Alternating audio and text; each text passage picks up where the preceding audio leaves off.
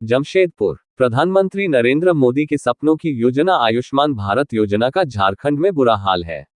यहां के कई अस्पतालों में इस योजना के तहत इलाज बंद कर दिया गया है तो कई अस्पतालों पर भ्रष्टाचार के आरोपों की जांच चल रही है।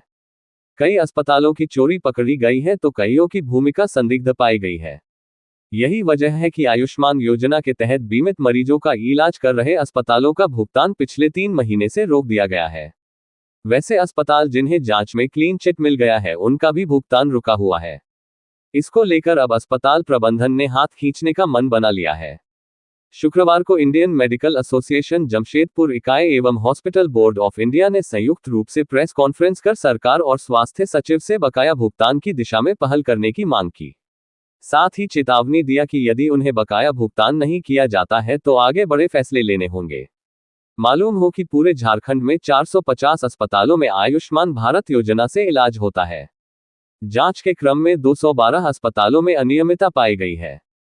76 अस्पताल ऐसे हैं जिन्हें क्लीन चिट दे दिया गया है मगर उनका भुगतान नहीं किया जा रहा है, जिससे अस्पताल चलाना मुश्किल होता जा रहा है। अंतर्गत हम लोग जितने भी अस्पताल हैं, हम लोगों को 12 फरवरी के बाद से कोई पेमेंट नहीं मिला है और हमारे ऊपर कोई भी अनियमितता का आरोप नहीं है। तो ऐसे अस्पतालों के लिए सरकार से हम आग्रह करते हैं कि हम लोगों को जो भुगतान है, जितना हमने इलाज किया, क्लेम किया है, वो जल्दी से जल्दी भुगतान किया जाए ताकि आगे हम इस योजना को गरीबों के लिए आगे चालू रखें। कितना बकाया होगा अगर देखा जाए तो?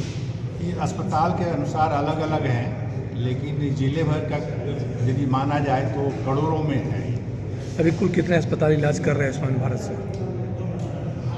मैं अपने बारे में बोल सकता हूँ कि मेरा अस्पताल में आयुष्मान योजना लागू है, चल रही है, हम लोग ऑपरेशन कर रहे हैं, लेकिन पूरे जिला का जो जानकारी है वो सिविल सर्जन साहब दे सकते हैं।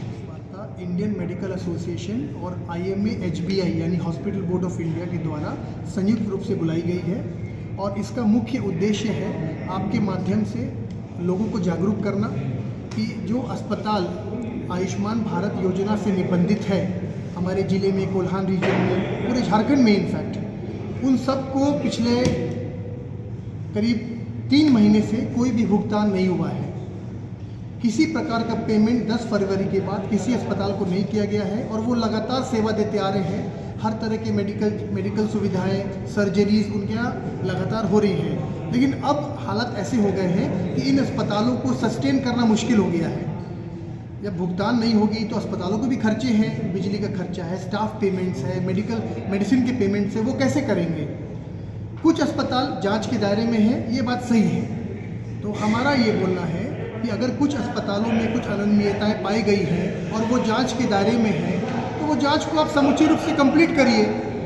वो अपने दावे प्रस्तुत करेंगे, दस्तावेज प्रस्तुत करेंगे, जहाँ से बाहर निकलेंगे। लेकिन एक ब्लैंकेट जो आपने संपूर्ण हॉस्पिटल्स का आपने जो पेमेंट रोक के रखा है, ये बिल्कुल भी सही नहीं है और इनके पेमेंट्स का भुगतान तुरंत होना चाहिए ताकि वो अपने मरीजों की जो सुविधाएं हैं और जो उपचार है उसको सुचारू रूप से चला सकें। तो माननीय स्वास्थ्य मंत्री जी से, माननीय हेल्थ सेक्रेटरी जी से ये आग्रह है कि जो अस्पताल जो नाफू क्लियर्ड है, जिन पे कोई किसी प्रकार की अनियमितताएं का ऐसी कोई बात नहीं है, उनका भुगतान, उनके पेमेंट को तत्काल किया जाए। ये IMA जमशेदपुर और HBI जमशेदपुर की मांग है। क्या करेंगे अभी अगर नहीं हुआ तो?